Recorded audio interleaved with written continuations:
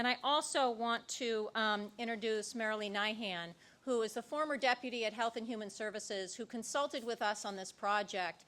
She was at our last symposium, an incredible partnership again with Health and Human Services, and she has been instrumental in helping make this happen today, and want to thank her and introduce her so she can introduce our keynote speaker.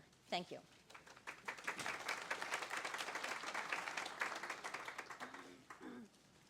Good afternoon, everyone. It is my absolute pleasure to be here this afternoon to introduce Dianne Hasselman. I do want to say that it has been wonderful to see so many faces that I have worked with over the years. And most wonderful has been working with Lucy and Joe over the last couple of months. As Lucy said this morning, we talked about the Medicaid program and the current state. This afternoon, we are shifting gears a little bit. We're going to talk about value-based payments. What is it? What passes the test? What are other states doing? We're going to talk a little bit about federal policy developments in healthcare. And to kick off that discussion, we have with us Dianne Hasselman, who is the Deputy Director of the National Association of Medicaid Directors. She is joining us today from Washington, D.C. The National Association of Medicaid Directors is a bipartisan organization that provides a tremendous amount of support to Medicaid programs across the country, really keeps tabs on what is going on in those programs. And I can attest from my prior life just how much of a valuable resource that agency is to Medicaid programs. So she will be kicking off our value-based payment discussion, sharing with us a little bit about what's happening across the country, and then talk about the federal policy developments a little bit. So please join me in welcoming Dianne. Thank you. Can you hear me okay? I'm usually pretty darn loud. So you all have your food, you're all happy and eating, good. I don't want to stand in front of that. So thank you so much for having NAMD come, and it's great to get out of Washington, D.C. and to actually come to a real community and learn what's happening on the ground. The senator's comment this morning about you can't change what happens in D.C., but you can change what you all decide to do here in New Hampshire. That just so resonated, and I think several of you were nodding and when he said that. So I just think that's really, if I could give you one piece of advice, I think that should be your true north moving forward. So I am going to provide you an overview of what's it like to be, what's the life of a Medicaid director like these days. Deb can attest to it as well. I'm going to talk a little bit about value-based payment and purchasing in Medicaid. I'm going to talk a little bit about some of the work at the federal level and how that's impacting and influencing states and Medicaid programs. I'm going to try to give you some really great state examples to think about. I know you've got kind of managed long-term services and supports that you're considering. You're thinking about how health plans and the integrated delivery systems or networks, how those pieces fit together. So hopefully I can be helpful in those for those examples. Just really quickly, so NAMD, the National Association of Medicaid Directors, we were created in 2011, and we represent all 56 Medicaid directors, so from all the 50 states, the District of Columbia, and then the territories. So if you're a Medicaid director, you are part of our association. And to do that, we really have to be fiercely bipartisan. So as you know, states are all incredibly different. Their politics are different. How they feel about healthcare and healthcare reform is very different. So we really need to stick to being bipartisan, trying to find those consensus issues across Medicaid directors. really trying to facilitate dialogue between Medicaid directors to kind of be a connective tissue so that Deb knows what's happening in other states that could really help inform what happens here in New Hampshire, both what to do and what maybe not to try. And then we also provide some technical assistance through some funding from philanthropies. We have some programs on value-based purchasing, alternative payment models, and a great leadership program. We believe strongly in investing in the profession of Medicaid directors. It is absolutely critical, and NAMD is very proud to support that. So very briefly, the national state of play. So what are we seeing in Washington, D.C. these days? Probably not a big surprise to you. Post the 2016 election, there were some very significant changes from the previous 8 years. Cindy Mann is going to go in this in depth later today, and that's going to be fascinating. I'll just at a high level say for Medicaid directors, there are really kind of 3 front burner issues. The first one, of course, is repeal and replace of the Affordable Care Act, and that really lies with Congress. What will that look like? Where is that headed? All the different machinations and scenarios. I think the second thing is Medicaid as entitlement reform, and that is, as you've probably been following it, a huge discussion. So a lot of the conversation sounds very familiar to when they were, when I think it was the Clinton administration was reforming TANF. A lot of talk about lifetime limits, work requirements, drug testing, that type of thing. So I think Medicaid programs and directors are thinking about that. And then I think the third component that we overlook a lot is that there is a new administrative leader at the Centers for Medicare and Medicaid Services at CMS. Seema Verma is the new administrator. And so I think states are very eager to connect with Seema to understand her vision, her view of partnership between the federal government and the state Medicaid directors, and we look forward to having the Medicaid lead for CMS also hopefully identified very soon. There's a ton of work to do, and I think Medicaid directors are very excited to start partnering more closely with CMS. So where does NAMD stand in this changing state of play? Again, we are bipartisan, so we don't have a position on repeal and replace. We don't have a position on per capita caps or on block grants. Anything that requires a should or a shouldn't, we don't touch. Medicaid directors, their boss is the governor. And so those questions about per capita caps, block grants, et cetera, are really above their pay grade. And when discussions about repeal and replace of the Affordable Care Act came up, you know, there were some governors that said, absolutely, day one, repeal and replace, move forward with enthusiasm and get it done. And so that was the marching orders for many Medicaid directors. There were many governors and Medicaid directors where the governor said, you know, stand in front of that train.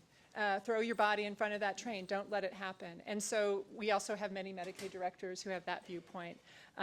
What we have done is we've developed some key considerations documents that we have been sharing quite a bit with folks on the Hill and with CMS. One of the analogies that we often use, and Deb, I don't know if you'll resonate with this, is the Medicaid director as the trusted auto mechanic. How do you feel about that? Is that so the idea is if you're going to open up the hood of the Medicaid program, which you all know is insanely complex, you know, you really need to have the trusted auto mechanic who's the Medicaid director right there by your side. And being a Medicaid director in 2017 is an incredibly challenging job. Many people have said it's running a Fortune 50 company, and you're directing in many states 25% of the state's budget. You're in charge of that. You're also monitoring what's happening in Washington, D.C., and in Congress. Will it, won't it, how will it, when, how much, all of that. That really is taking up, I think, a good amount of bandwidth for Medicaid directors these days. You're very focused, as I said, on trying to connect with CMS, understand the new administration's vision and how kind of their priorities, your priorities, and how to partner together. You're aggressively driving value-based purchasing.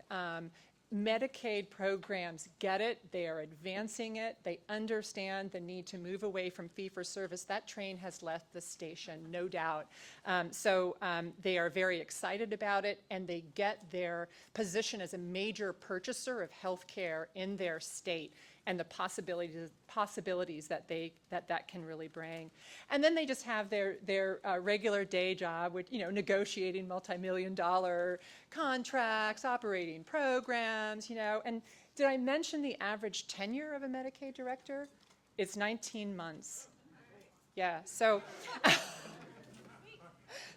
Deb, where are you on this?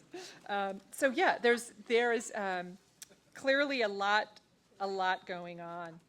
And so what is keeping Medicaid directors up at night these days? There is a lot. I think one of the main things ongoing is that as a country, we have not grappled with the fact that Medicaid is really the nation's de facto long-term care policy. Other than Medicaid, there is nothing that really exists. And the same really holds for mental health and substance abuse.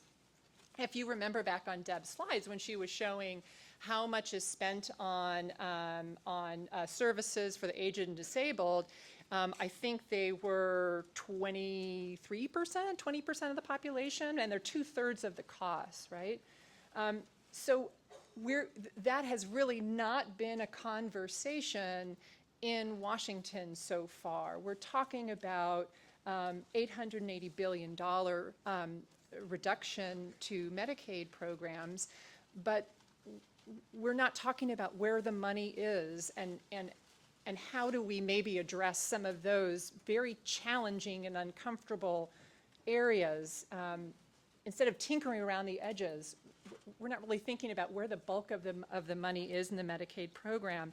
And I think the demographics and the needs in those areas are only going to continue to grow. So it does not behoove us to kind of ignore those issues and try to look somewhere else to save dollars. And I think what I'm speaking to, I think, is just really this disconnect that we're seeing and that we've tried to speak to and identify to Congress, that they're really focused, it seems like, on entitlement reform from what the HCA is identifying. Again, kind of work requirements, drug testing, lifetime limits, stuff like that. We can have a conversation, absolutely, about whether that is, the reasons why those are important, and people can, very intelligent people can say, yes, that's something that we absolutely should have, but that's not what we're talking about here. The amount that will affect the $880 billion, I'm not so sure that that's going to really contribute that much. I think the other thing is that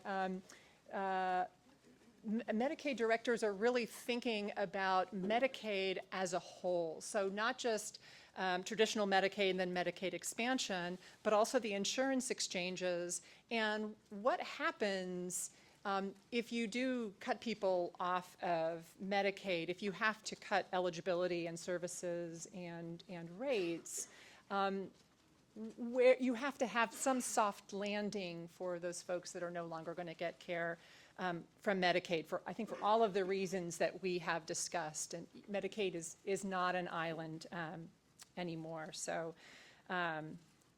okay, that's off with the heavy, or over with the heavy stuff. Let's turn to the fun stuff, which is value-based purchasing.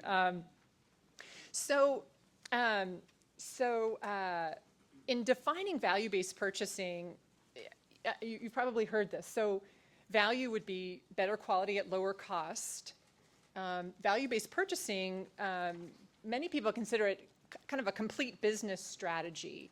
That would include value-based payment or alternative payment models, but that would just be kind of one part of the strategy, right? So there are other levers you can pull, not just money. So for example,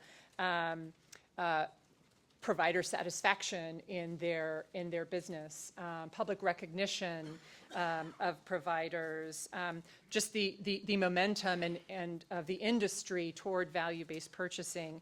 And the desired behavior is always, of course, coordinating across providers, rewarding quality, and then promoting the whole person. And I think we know that fee-for-service just typically doesn't support these types of behaviors. So that's kind of the incentive of moving toward value-based purchasing. And Medicaid is also about ensuring sustainability and really being wise stewards of taxpayer dollars, bending the cost trend through better care, higher quality care, lower cost, as opposed to having to cut eligibility, services rates, et cetera, which, as you know, in turn contribute to uncompensated care, access issues, et cetera. I think the other part, and I've heard a little bit of conversation about this already today, is using APMs with providers. So this is not just about capitating health plans and going, whew, took care of that. There is a whole, as you know, a whole bunch of payment underneath the payment. And so that's, I think, really where the work lies, is working with the provider network to implement strategies that move toward value and away from volume. So I think that Medicaid programs and Medicaid directors have gotten some real support from CMS and from the federal government in recent years around value-based purchasing. Many of you may be familiar with the State Innovation or SIM model. This was is a cooperative agreement that the Centers for Medicare and Medicaid Innovation, or CMMI, have been doing with states and Medicaid programs for the last several years. It has been a CMMI state partnership really to advance multi-payer payment and delivery system reform, but with the idea of the state being at the center of that. And can that work? And can the governor with his or her bully pulpit, can the Medicaid director with all of his or her purchasing power, can that really drive innovation through different types of payers and purchasers? We have heard from many states that one of the greatest values of SIM has been that it was Medicaid's chance to kind of bring other payers and other stakeholders to the table with something pretty exciting and significant to contribute and to think about. So that's SIM. So I think another big piece is MACRA, Medicare and Chip Reauthorization Act, and I know many of you in the audience are providers. Many of you are involved in this. I believe Jean Ryder leads the work in the state around MIPS and all of that, so I'm not going to go deeply on this because it's also not my area of expertise, but this was bipartisan legislation. Bipartisan legislation can be done. And it eliminated the Medicare Sustainable Growth Rate formula. There are two paths to provider payment. There's a MIPS, which is kind of the default. I think the vast majority of providers will probably fall into that. And then there's a more advanced one that really uses advanced payment models like CPC Plus or an oncology model or medical home model that have been approved by CMMI, I believe, or CMS. And I think the attraction of the advanced payment models is really there's a 5% bonus that you get from Medicare at the end of the day. I think that has really caught the attention of providers. The reality in Medicaid programs, I think, are from what I've heard, is that a lot of providers would really be working on the MIPS payment as really more of a starting point. But the key point in this that I want to make is that, you know, kind of where Medicare goes, others follow. So I think Medicare has done a great service to Medicaid directors to kind of get the emphasis going. So this this slide just brings a little bit more about what's required to be an advanced APM. Has to be certified EHR, quality measures comparable to MIPS, or measures that are reliable, valid. That's still a little bit, I think, undefined at this point. And then taking on more than nominal financial risk. There's also a multi-payer component that kicks in 2019. The payment year is not until 2021.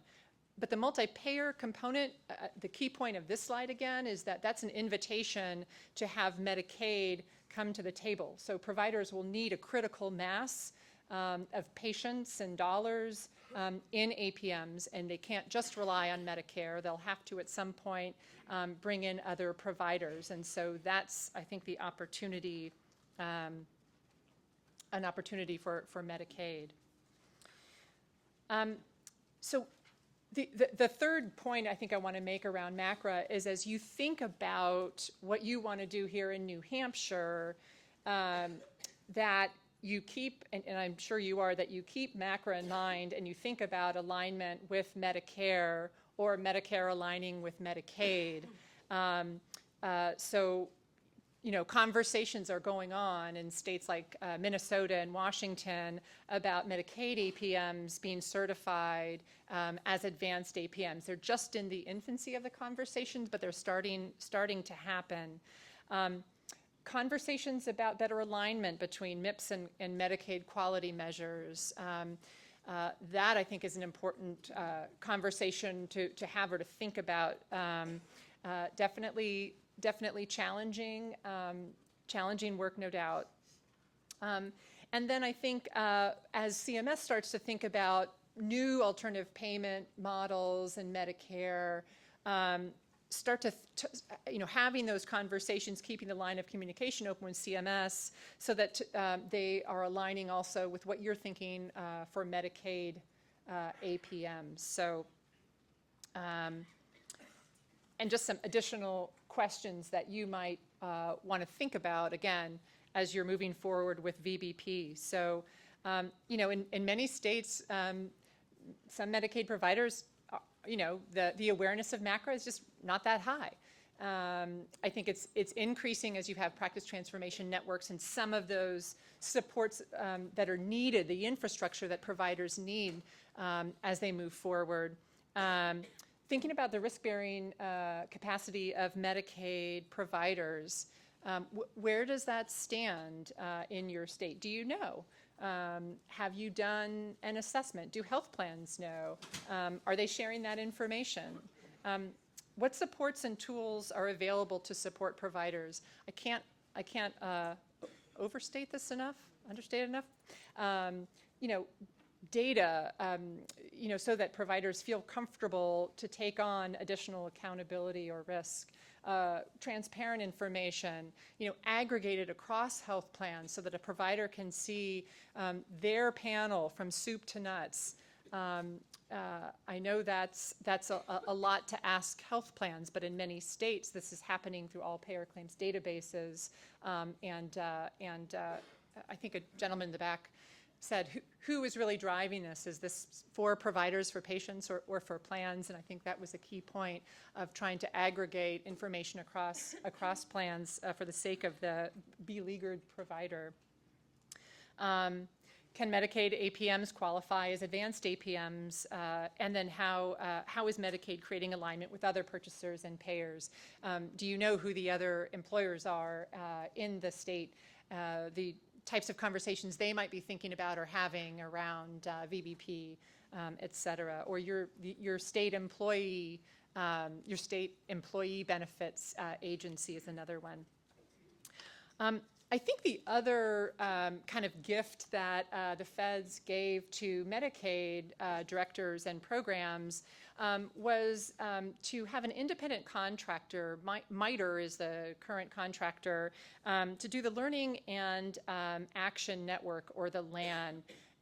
And this is it's a framework, it's a way of thinking about shifting from fee-for-service to to population-based payments. It tries to use different, categories, give examples of what this might look like. And we're finding that it's really created kind of a common national framework and language that can be used across public purchasers, private, states, feds, et cetera. And it's really helped to give a roadmap to think about that continuum of accepting greater accountability for quality and cost. So this has been, I think, a really helpful tool. Okay, so we're going to shift now to value-based purchasing in Medicaid. So what are Medicaid directors thinking about in terms of VBP? I already, I think, said that the train has left the station. This is an incredibly promising strategy, particularly when you're thinking about the possibility of budgets being reduced. This is the way to go, not fee-for-service. And we do a survey of Medicaid directors every year, trying to understand what are your priorities, what are your challenges, et cetera. And this was the #1 priority for state Medicaid directors. This was 2016, so a year ago. But I think it probably still holds, although I think reform is probably giving it a run for its money as a #1 priority. So strategies range: pay for performance, PCMH, episodes of care, ACOs certainly, DSRIP programs, which again, Deb already spoke a little bit about, hospital value-based payment transformation, an expansion of VBP initiatives through MCOs. Director said on average 45% of their time is spent on these issues and thinking about how do we do this. And it's also been noted as a long-term priority moving forward. This is just a snapshot to drive home that point.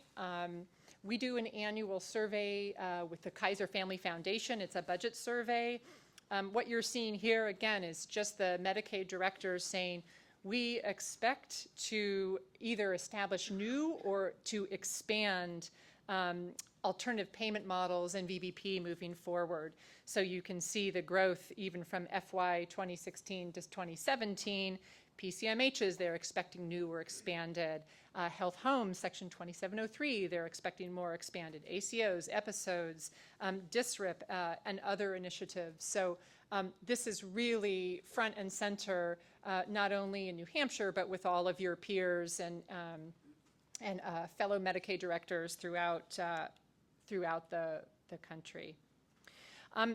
So pulling up that land framework again, we're seeing that really much of Medicaid's activity across the country is really focused on this Category 2 area.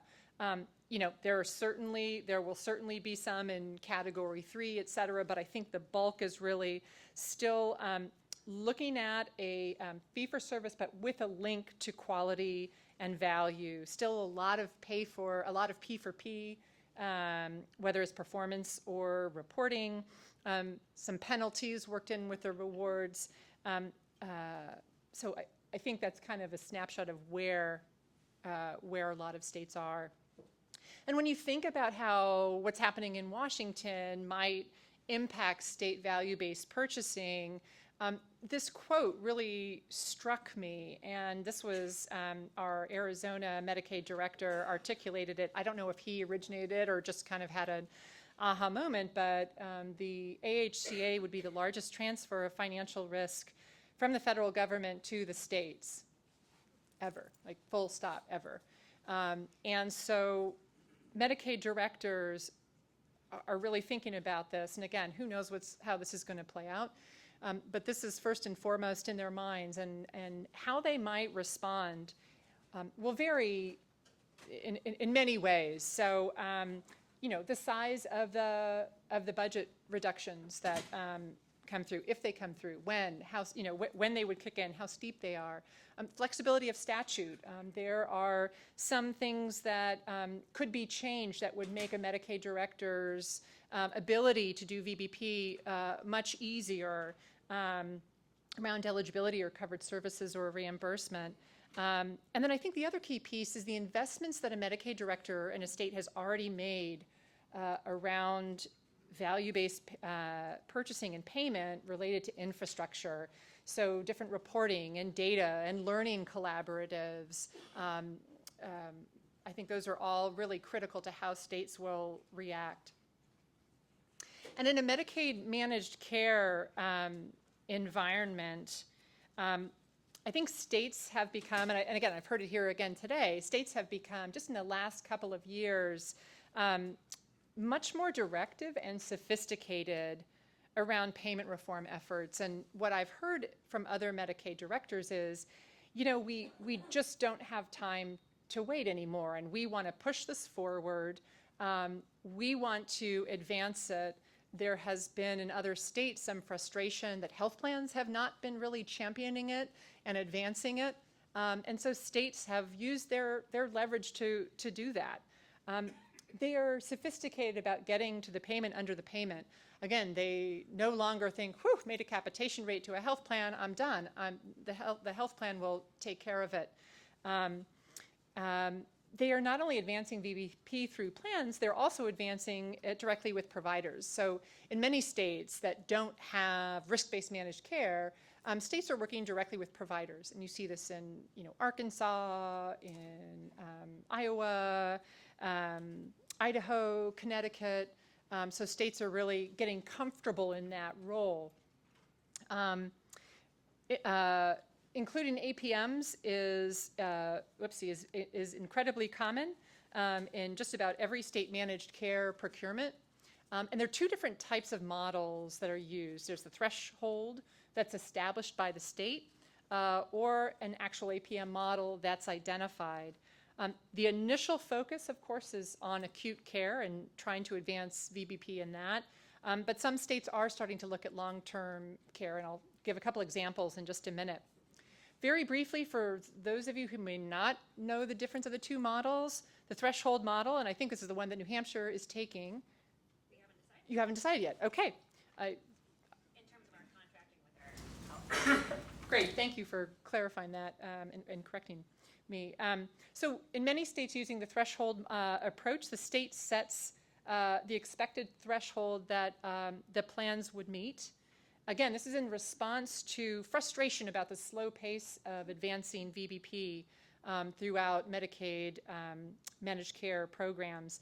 And the state will specify a percent of plan or provider payments that will go toward VBP, will go toward value-based, that will not be in fee-for-service, however it's defined, and usually by a specific date, so kind of laying out this is what we're looking for by this date.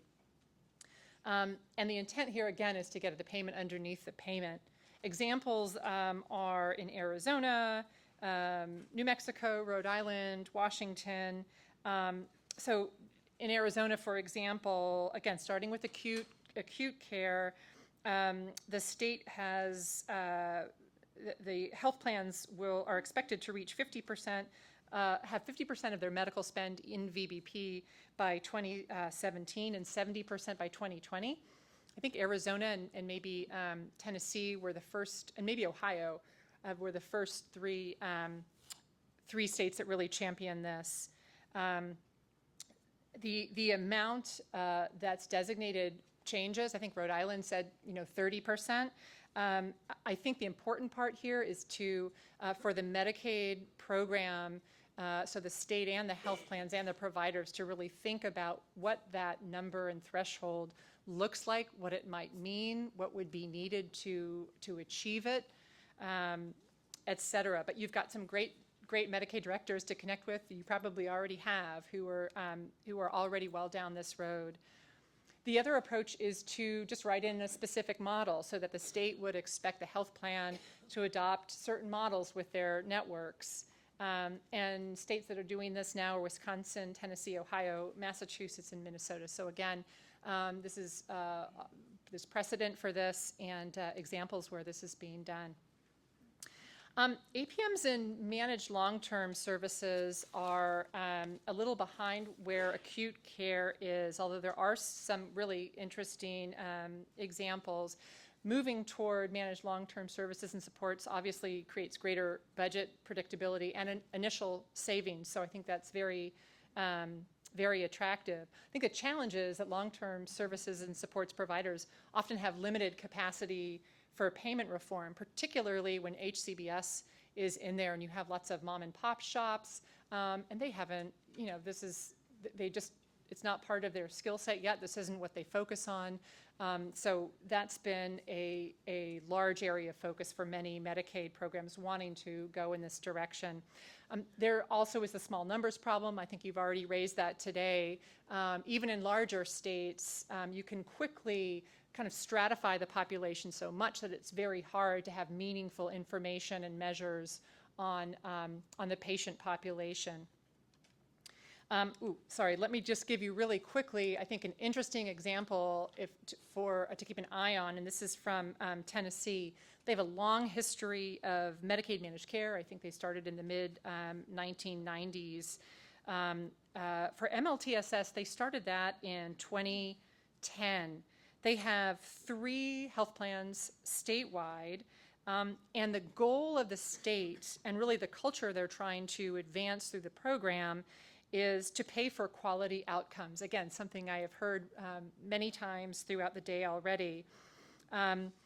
They are doing this by the state taking a directive role in identifying what the, sorry, I'm just looking at my notes here. The state developed the statewide payment approach for MLTSS for nursing homes. They did not expect or ask the MCOs to do that. They are also expecting and leading the process for an aligned quality outcomes selection and focus. So again, this is not something that the 3 MCOs are doing. And the idea here is to reduce the administrative burden for providers, to align the values of the program across the state. And some of the measures they are looking at, for example, the satisfaction of the resident, the family, the staff, the culture change. Does the resident or the family, how do they, are they receiving respectful treatment? Treatment that reflects their goals in life or what they want to achieve, their quality of life. Are there meaningful activities? Is there consistent staffing? So really trying to shift, not completely away from clinical, but to include that patient perspective. I'm short on time, so I'm going to keep going here. The other question I was asked to speak to was APMs around FQHCs and RHCs and other types of cost-based providers.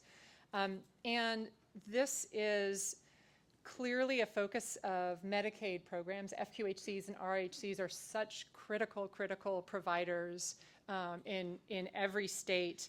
And the cost-based reimbursement makes it very challenging, as you probably know, to make the shift to APMs. There are limited cash reserves needed to make investments up front. And so states are using strategies, kind of starting slow with voluntary initiatives, starting with a pilot. I know Connecticut has, they're implementing PCMH in their primary care community. FQHCs are involved, and it's upside risk sharing only. So again, the incentive to participate and trying to really go slowly, but I think bring FQHCs into the mix and along. There we go. So just to wrap up, as you move forward as a community and as a state and think about where you go from here around value-based purchasing and how you leverage your existing infrastructure and talent and priorities and goals, here are some questions that have been helpful to other Medicaid programs and communities as they move forward. So how does the Medicaid agency want to be more directive in advancing APMs? How does this decision translate to managed care contracts? What does that language look like? What's the health plan's role in advancing APMs? In many states, this has raised a challenging conversation about health plans saying, well, isn't that my role? Isn't that what we're supposed to do? Why are you doing it? So be prepared that there will be that uncomfortable conversation, and that that's okay, that you should be having that. How transparent are health plans in their VBP activities? I think a lot of times this is seen as a competitive advantage. I think the state should feel comfortable expecting some transparency in that. It can be in your RFP, it can be in your contract. That's what other Medicaid programs are doing. How will quality measures tie directly and reasonably to APMs? What are other purchasers and payers in the state doing around these opportunities for alignment? How ready is the provider community to accept risk and reward without negatively impacting access to care? And what supports and services, what do they need? How can you help them get there? How are you involving them in your design of APMs, in your conversations? How will the state Medicaid team's role and responsibilities change as a result of APMs and VBP? And this has been huge in other states. It's a new skill set. It's a new way of thinking for everyone.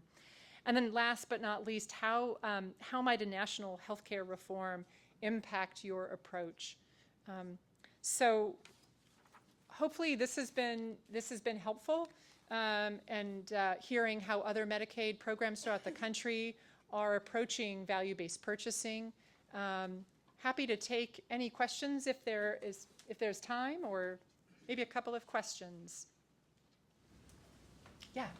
In the key list of questions that you had, can you talk a little bit about how value-based purchasing will incorporate the voice of consumers and families in that process? I don't see that anywhere, yet we're looking at value-based for whom? Yeah, that's a great question. And I think whenever, and I should probably be more explicit, when I talk about stakeholders, it's patients, it's families. I think it's critical around particularly the quality measures. And you think back around, what Tennessee is doing. How did they identify meaningful measures to be tied directly to financial incentives? That was a huge process. They surveyed patients. They did key informant interviews that include patients. Many stakeholder meetings. That's absolutely critical, and I should have pointed that out.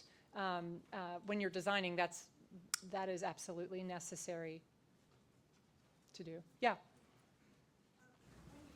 On a list of alternative payments, I think about why isn't there more mechanisms to help individuals obtain employment, and then you have an employer paying, and we never back it up to look at long-term care insurance. Is that being addressed? Is there states that have incentives for long-term care? And if so, is that making a financial impact in saving dollars for Medicaid? That's a great question. Tennessee, I believe it's Tennessee, as part of their program, they have a component for I think it's the DD population that has a I'm not sure which but it's a work trying to help those folks find jobs, tap into resources related to employment. Not only for the member, but for the family to have access to that information as well. Yeah, I think that's a critical part of the whole person, and also contributing to sustainability for Medicaid. Any long-term care insurance initiatives that have been fruitful that help save dollars? That's a good question. Others may know. I don't know of any results at this point off the top of my head. There are some results of work requirements, but unrelated to long-term care. But that's not what you're asking.